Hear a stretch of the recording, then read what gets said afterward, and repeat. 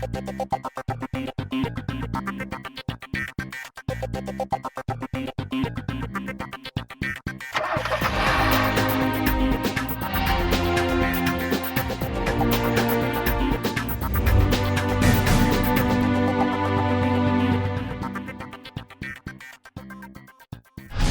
everyone, this is CNB, I'm Siddharth Vinayak Partnkar, and boy do we have a lot of masala for you this week. First up, it's going to be a hot new bike that everybody's talking about, and then it's the hot compact SUV segment that everyone always talks about. Let's start with the bike, Royal Enfield.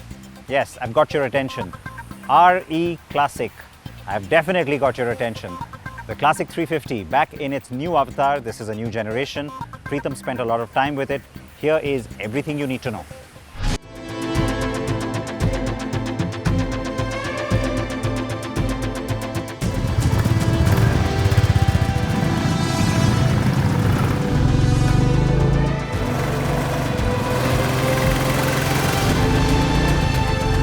It's the most popular Royal Enfield motorcycle, making up 3 out of every 4 Royal Enfield motorcycles sold in India for over the past 10 years.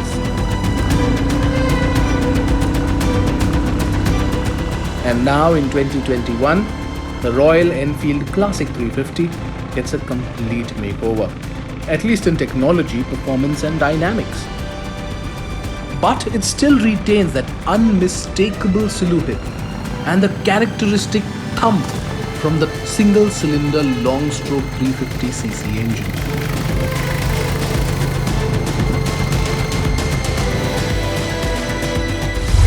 Royal Enfield Classic 350 has sold over 3 million units over the past decade or so. Even today, the Classic 350 amounts for about 60 to 70% of Royal Enfield's overall sales around the world. This one is the new generation Classic 350. Yes, all new Classic 350. It shares the new engine, the single overhead cam engine with the Meteor 350, same double cradle chassis, but it's got significant improvements over the last generation Classic. Got new suspension, new wheels, improved brakes, wider tires, and of course that peach of an engine and a whole lot of options in customization, colors and whatnot. That's the one we're riding to see if the new Classic 350 is as special as it's made to be. From a distance, there's no mistaking that this here is the new Classic 350. The shape is quintessentially 1960s British, but like all Royal Enfields, the Classic 350 is completely made in India. The changes to the new model are apparent up close. The most prominent being the new engine, which is shared with the Meteor 350, as well as the double cradle chassis. Even the handlebar switches are shared with the Meteor 350, as are the brakes, with larger rotors and pistons than the outgoing Classic 350. The new Classic 350 also gets thicker wheels, shod with fatter rubber, and the new suspension gets fatter front forks, with more travel at the rear to offer a better ride. The headlight nacelle has more or less the same design as the outgoing model, but the instrument console has been updated with an analog speedometer with a digital display.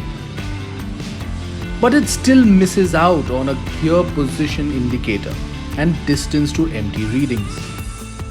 The rear mudguard stays have lost the neat design with an additional bar, but it will be helpful to double up as stays for mounting soft luggage.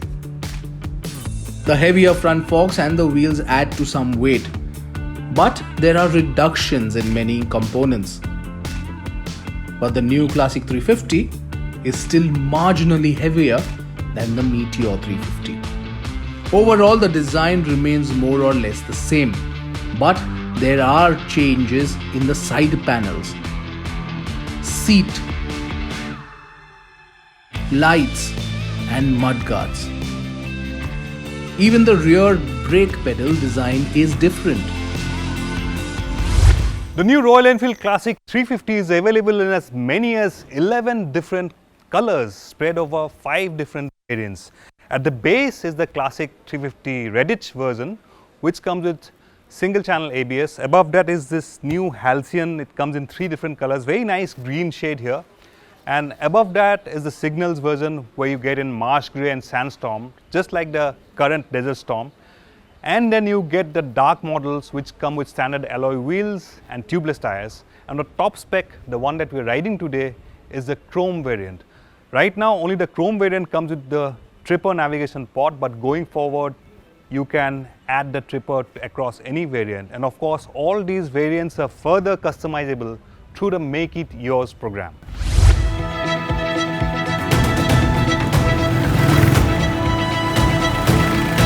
The new Classic 350 feels familiar with the same engine shared with the Meteor 350.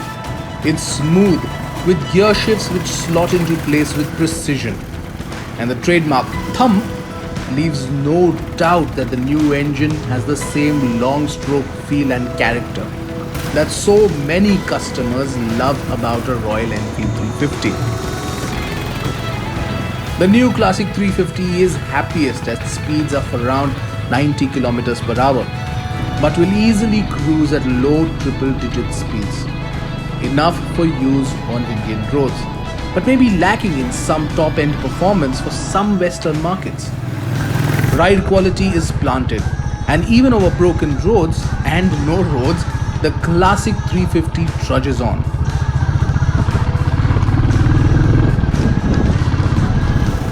The new chassis offers better handling, and the wider tires offer very good grip, resulting in better confidence for the rider. So we're riding the new Classic 350, the new Royal Enfield Classic 350. Fair bit of riding over highways, country roads, village roads, broken roads, no roads. In fact, in all kinds of terrain that you would possibly want to ride the new Classic 350. To me, that engine borrowed from the Meteor 350 is the highlight of the new Classic 350. Super smooth and refined, and of course the vibrations compared to the last general Classic 350 are much less on this one. Suspension is different from the Meteor 350. This one is plusher, more comfortable, and it's a Royal Enfield after all. You don't really rev it to the red line. Play the torque, go easy, and you'll have a ball of a time riding sedately, enjoying the views. That's what a Royal Enfield Classic 350 is made for. If you want to ride easy, relax cruising, this one is the bike which will not disappoint you. Royal Enfield certainly has made all-round improvements to the Classic 350. It's better in every aspect. More refined performance, better dynamics, more color options, and feels better built as well. Like the Meteor 350, the Classic 350 will spearhead the appeal of the modern classic single-cylinder Royal Enfield, not just in India, but around the world. To that end, the new Royal Enfield Classic 350 almost nails it to become a much improved, much better, and more refined motorcycle. All qualities that will surely help the Classic 350 find fans in every corner of the world.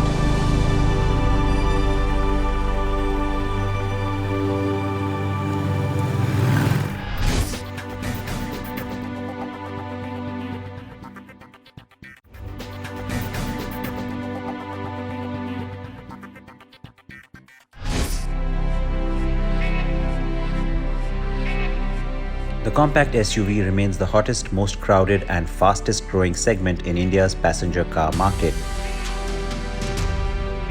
This car is the best seller for the last several months, and combined with its Korean cousin alter ego, monopolizes the segment handsomely.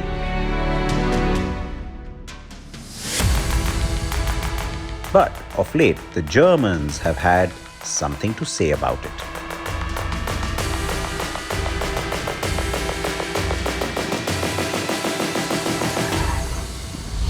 So the Taigun is all set for its launch. The only thing we don't know, prices. So we'll have a proper segment shootout, of course, once we have the exact prices and the positioning in our hands. So you're wondering why the Hyundai Creta is here. Well, this is the segment best seller. So it kind of makes sense to tell you how they are alike and how they are also very different. Yes, our segment winner has been the Kia Seltos. But like I said, we will save that battle for when prices are out on the Taigun. So the market leader versus the newbie for now. Yes, both SUVs are starkly different when it comes to dynamics, in-car experience, overall appeal, and appearance.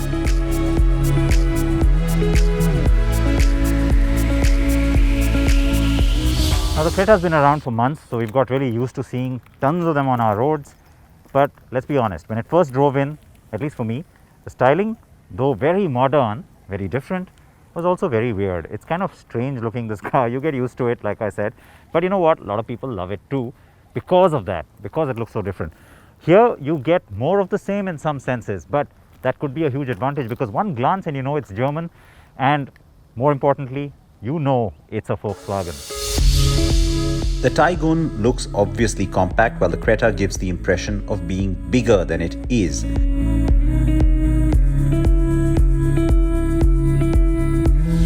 So I spent a lot of time, right, with this car in Udaipur, and at the time I did feel like, yes, it seems small from the point of view of its segment. And then, you know, I had this feeling, you put it next to something like this, it's a bit of a Hulk, this car, it's going to seem even smaller. But you know what, good news for VW, you put them together, it doesn't look tiny as I had feared. Of course, there is a difference in dimensions though, because the Taigun is about 80 odd millimeters shorter in overall length. It's also shorter in height terms. It's not as wide as the Creta, but those differences aren't too much. The big difference though, where the Taigun does score, is on wheelbase. While the Taigun offers a 41mm longer wheelbase, which implies a trump card on cabin space, overall it is 79mm shorter, 30mm narrower, and sits 23mm lower than the Creta. And that extra bulk definitely gives the Korean more SUV cred. Now, the Hyundai Creta gets 3 powertrain options, including diesel, a naturally aspirated petrol, and a turbo petrol. The Taigun, on the other hand, offers 2 turbo petrol engines, the 1-litre 3-cylinder TSI and the bigger 1.5-litre 4-cylinder TSI motor. And yes, both engines are shared with the Skoda Kushaq. Today we are pitting the larger engine against the Creta's 1.4 turbo offering. The 1.5 TSI belts out 148 bhp and 250 Nm of peak torque. It comes mated to either a 6-speed manual transmission or a 7-speed DSG, that's a dual clutch gearbox. We have the latter with us. Now the TSI has a little bit of an edge over the Turbo GDI. I don't want to take away from the fun quotient that you get on the Creta. It is actually a lot of fun to drive. It's very refined, but this TSI comes across as more punchy, more powerful. It has the edge, as I said, with 10 bhp more. But it's not just about the numbers. You get that sense of a little bit of urgency from this engine, which is great. You also have another big trump card on the Taigun, and that is its handling.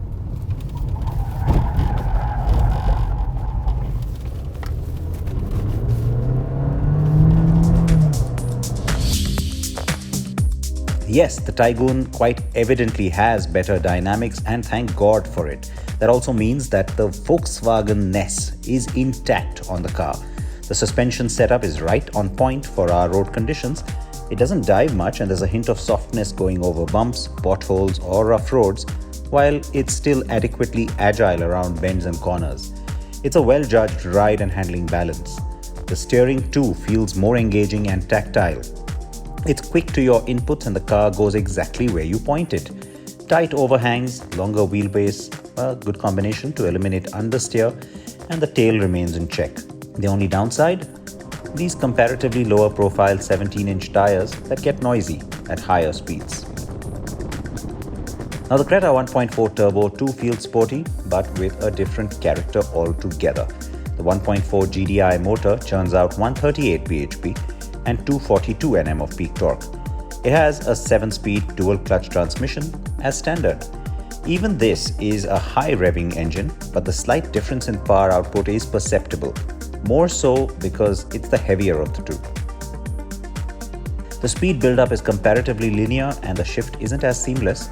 You notice it more when you drive the cars back to back though. But then the Creta gets more goodies. So the Creta gets 3 different drive modes. You can put the gearbox in D or in S, that's Sport of course. Well, you can do that in the Taigun too. The engine is nice and refined, though just a little bit lesser so than on the Taigun. You get a little bit of body roll, no doubt, in this car. I remember saying that in my review as well. But it's just the sheer comfort factor that really comes through. The driver's seat, it is electrically adjustable in the top end. You can get a more of an SUV tall riding feel on this car, and yes, it's trump card, no doubt. It is ride comfort. The Creta simply shines through with its plush ride quality, inching ahead of the Taigun, especially as a chauffeur-driven ride. Lateral movement on undulations or rough roads is largely contained with a sense of firmness, and the wider footprint comes through as an advantage. Having said that, it's not as nimble around corners, and even these 17 inches protest a bit too much while pushing hard around bends. And that is exactly where the Taigun hits it right out of the park. But we can't say the same for the cabin. Well, honestly, both of them score differently on the inside. Shubham will tell you how. Though the Taigun is not as wide as the Creta or even as long, but the sense of space given its dimension is actually commendable. The kind of legroom that you get thanks to that extra 41mm wheelbase is actually good. I am 5 feet 10 inches tall and the driver's seat is positioned at my driving position, and I have around 6 to 7 inch of legroom here. And then the window line is quite low, the dark bits are not as dark, and so you get a really good feel of airiness inside this cabin. Even the seats, they are quite comfortable. The thigh support is good, and you get side support here just in case your driver gets a bit too excited, so you are in your position. Actually, for 5 it is a bit tight here, but for 4, if you are a small family, this is the car to be in. You will feel really comfortable in here. The overall layout of the cabin and design of the dash are nicely done. The 10-inch screen is precisely integrated in the dash, and it has a very user-friendly interface. Then you got the digital instrument cluster on the top-end GT line DSG, which is a big bonus, kind of like the T-Rock's virtual instrument cluster. The Taigun does miss out on a few creature comforts like a proper panoramic sunroof, power adjustable driver seat, both of which the Creta has. The Creta also has a color-themed cluster depending on your drive mode. But both get smartphone connectivity and a connected car suite. The latter is more comprehensive on the Hyundai. The VW though gets wireless Apple CarPlay and Android Auto, wireless App Connect, and a steering that is adjustable for both reach and rake. You don't get those on the Creta. That said, the quality of plastics and materials could have been better. Now the Creta is wider and the shoulder room is more in here. But the sense of space, that's a bit compromised compared to the Taigun, and more because of this all black interiors. But on the plus side, you do get sporty elements like this red highlights on the aircon vents and the flat bottom steering wheel, which also has this contrast red stitching here. So feels very sporty and also a bit premium thanks to these quality of materials. And you get more features in here. So panoramic sunroof you have, which you don't have in the Taigun, and also you have ventilated seats on top variants. And surprisingly, in the Taigun, ventilated seats are offered on non-GT line variants and only on 1-liter engine options. The 10.25-inch touchscreen infotainment system on the Creta is marginally bigger, offers more functionality too. It is seamlessly integrated in the dash, and the overall layout of the cabin is very streamlined yet sporty. This is the turbo, don't forget. It feels plusher of the two with better surfacing, and yes, that premium Bose surround sound system is a big takeaway. You also get an inbuilt air purifier on the Creta, a big plus. Stuff like LED headlights with daytime running lights, LED tail lights, ambient lighting, auto dimming mirror, wireless phone charging, auto climate control are common features for both SUVs. Not a big fan though of the touch-sensitive AC controls on the Taigun, as it needs your focused attention, something you can't do while driving.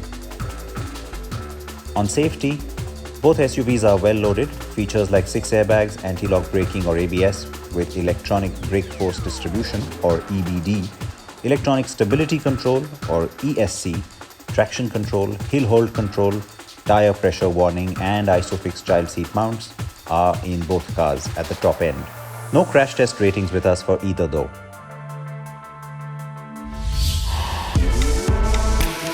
So which is better? Well, we need the Taigun's prices and a broader comparison that includes cars like the Kushaq and Seltos to decide. The Taigun GT will, however, be the driver's car in this segment, that much is sure. But for now, given what we know, the Creta holds an edge in the Indian context. It is more car per car, quite simply put. A proper verdict though, only when we get the cousins and the others into the fray.